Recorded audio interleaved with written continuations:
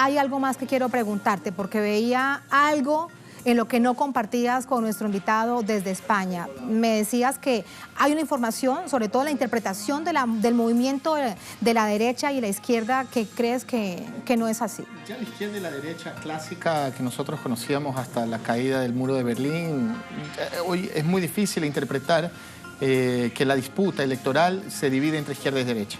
Hay agendas compartidas, existe un voto ambiguo. Existe la defensa del medio ambiente, existe la defensa de las plazas de trabajo. Hay un paro histórico en España que comienza a ser reducido. El año pasado hubo el mayor número de desahucios, son más de 70.000 desahucios. O sea, esa agenda no es una agenda... Claro, la izquierda defiende tradicionalmente a la gente, la derecha, los banqueros dueños causantes del desahucio. No obstante, la gente ya no es un voto, puedo votar por la izquierda o por la derecha, con tal que resuelvan lo que mis problemas. Entonces, diríamos que es un voto más pragmático. Es un voto, yo diría más que pragmático, ambiguo. Es un voto que comparten agendas. ¿Útil? ¿Podríamos decirlo? No, más o menos. Tampoco porque, no. Yo diría, es un voto ambiguo en el sentido de que por ciertos temas yo puedo votar por candidatos de la izquierda y dependiendo de otros temas yo podría entonces también votar por la derecha, por el candidato de la derecha. Pero el hecho de ser derecha o izquierda no es más un limitante para que el voto de ese voto ambiguo, que es una nueva tradición, comienza a surgir una tradición ya desde la llegada de las redes sociales, que es el que no tengo problema entre votar izquierda o derecha. Antes era más difícil que migrar ese voto. De hecho, por eso le preguntaba a Sergio desde España si era confuso también el panorama político electoral, de hecho no solamente para la ciudadanía, sino para la interpretación del análisis político. Súper complejo. Luis, te sumas al análisis y tenemos redes sociales. Tatiana, súper interesante lo que decía precisamente Amaury, porque estaba planteando, lo hablábamos antes de entrar al programa, ¿qué entonces va a pasar con estas nuevas generaciones? Se estima que son más de 1,1 millones de votantes nuevos para estas elecciones generales.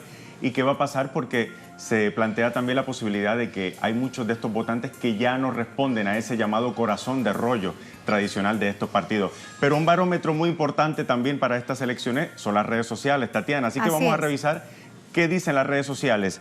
Hay etiquetas que se posicionan a esta hora. Estamos utilizando la etiqueta, debo decir, España Decide, y la etiqueta Elecciones Generales 28A.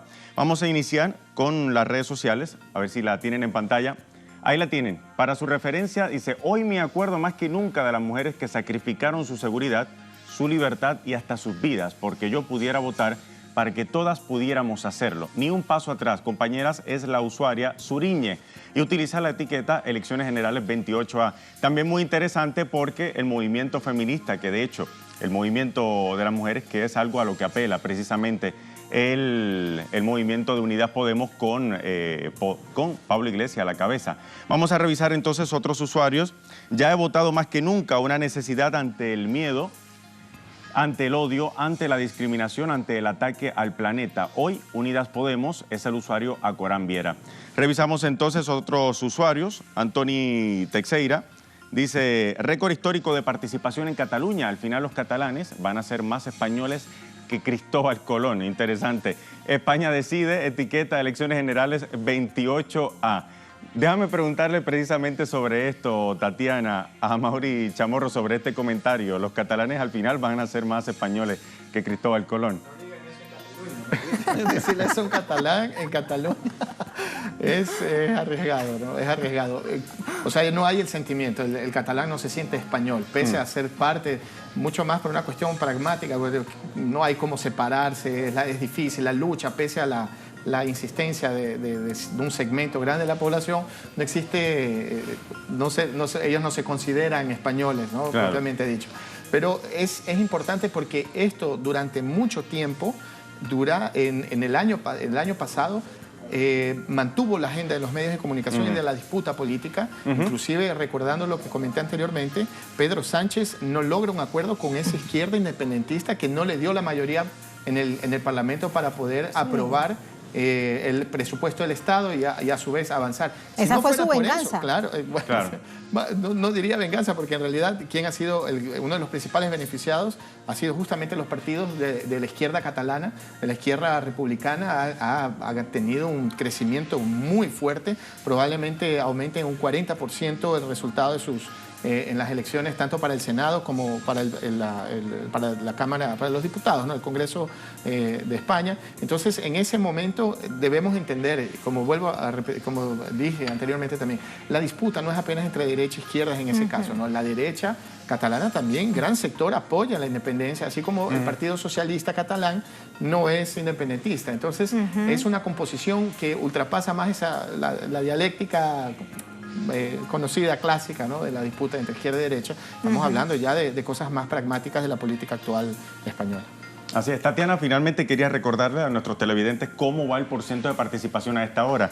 En el último parte del Ministerio del Interior, que va llevando la cifra de participación, hasta las 6 de la tarde, hora local en España, 60,76% de participación electoral, comparándolo con el 51,21% de las elecciones en 2016, es aproximadamente un 9% más de participación. Tatiana, entonces regreso contigo y aprovecho, si me permites, para hacer una pregunta a Amaury. Amaury, queríamos, también hablaba con Tatiana antes del programa, el fenómeno del Vox, ¿no? El fenómeno Vox. ¿A quién se le podría atribuir digamos, la responsabilidad? Porque en las pasadas elecciones Vox era un movimiento prácticamente inexistente. Sí. Mira, hay un trabajo importante también político comunicacional. O sea, ciertos sectores debemos entender el establishment, o sea, los grandes sectores económicos españoles son conservadores franquistas. O sea, hay inclusive la justicia, el sistema judicial español es heredado del franquismo y está intocado. O sea, los jueces de la Suprema Corte son declaradamente franquistas o participaron inclusive algunos de ellos del gobierno. Entonces, esa fuerza estuvo de alguna forma representada por el Partido Popular. Pero el Partido Popular no lograba más, por todas las crisis también, fue un desastre el final del gobierno de Rajoy, hay una tentativa de más de lo mismo, no han renovado, no logramos. Entonces ellos ven una posibilidad de tener un discurso, una narrativa, un relato mucho más radical, apegado a la España, o sea, a lo español, a la cultura española, a conservar eso tradicional, y que el PP ya no representaba más, porque ya el Partido Popular quedó un poco encajado en esa disputa de la corrupción, de haber perdido un gobierno y ser afectado. Vemos la caída sensible en los votos. Entonces encuentran ahí un importante nicho y que han trabajado. Y la prensa española ha trabajado muy fuertemente en la consolidación de un fenómeno. La prensa privada necesita noticias, información. Entonces, al momento en que crea un fenómeno de la ultraderecha franquista revivir a Franco, Franco es un dictador, un genocida que tiene un mausoleo en España. Él está enterrado con su familia, a donde recibe visitantes, turistas, franquistas, nazis, que van allá anualmente a hacer procesiones y en homenaje a él. O sea, imagínense que existe ese segmento. Sí. Entonces, ¿por qué no explotarlo? Y los medios de comunicación utilizaron a Vox para tener un nuevo fenómeno. ¿Cuál es la novedad de esta elección? Ya no era Podemos, ya no era Ciudadanos, el PSOE, el PP, no. Entonces surge también Vox como un fenómeno comunicacional para crear una novedad electoral desde el punto de vista comunicacional y noticioso. Claro. Ahora, nos hablabas con respecto al fenómeno Vox. ¿A quién le sirve más desde la perspectiva del empresariado y el financiamiento de la banca totalmente neoliberal y capitalista, como bien la conocemos en España? ¿Sirve más Vox o sirve más que se mantenga un gobierno como el que está ahorita, el de Pedro Sánchez? Un buen punto. Hoy la banca disputa contra la sociedad civil en los tribunales. ¿Continuar o no continuar los desahucios? Si paga o no paga porque ¿quién ha ganado mucho? No solo con el crecimiento de la burbuja que generó la crisis, y también con la crisis ha sido la banca. O sea, la banca se ha quedado tiene que recibir la deuda de los que viven en las casas que las perdieron y reciben de vuelta la casa. O sea, me tienes que pagar, pierdes la casa, no es que me tienes que seguir pagando. Me tienes que seguir pagando. Claro. Entonces, hay una disputa entre los tribunales. ¿Y quién pone a los jueces? Los acuerdos políticos.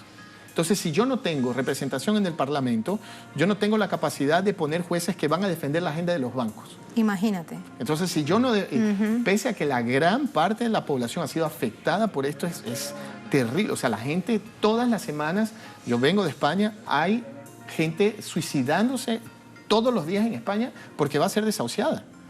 O sea, familias que pierden todo, migrantes, ni qué decir los migrantes que tanto han trabajado en España, han ayudado a construir el país, están perdiendo todo, jubilados, es una situación terrible. Entonces, y en los tribunales, ¿quién gana? Gana la banca.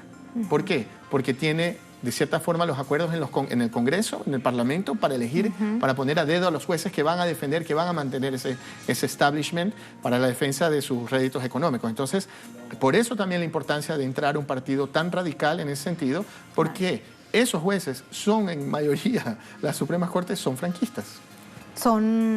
Claro, descienden de Franco, desde la visión ideológica, Así es. piensan lo que piensa y expresa el partido Vox.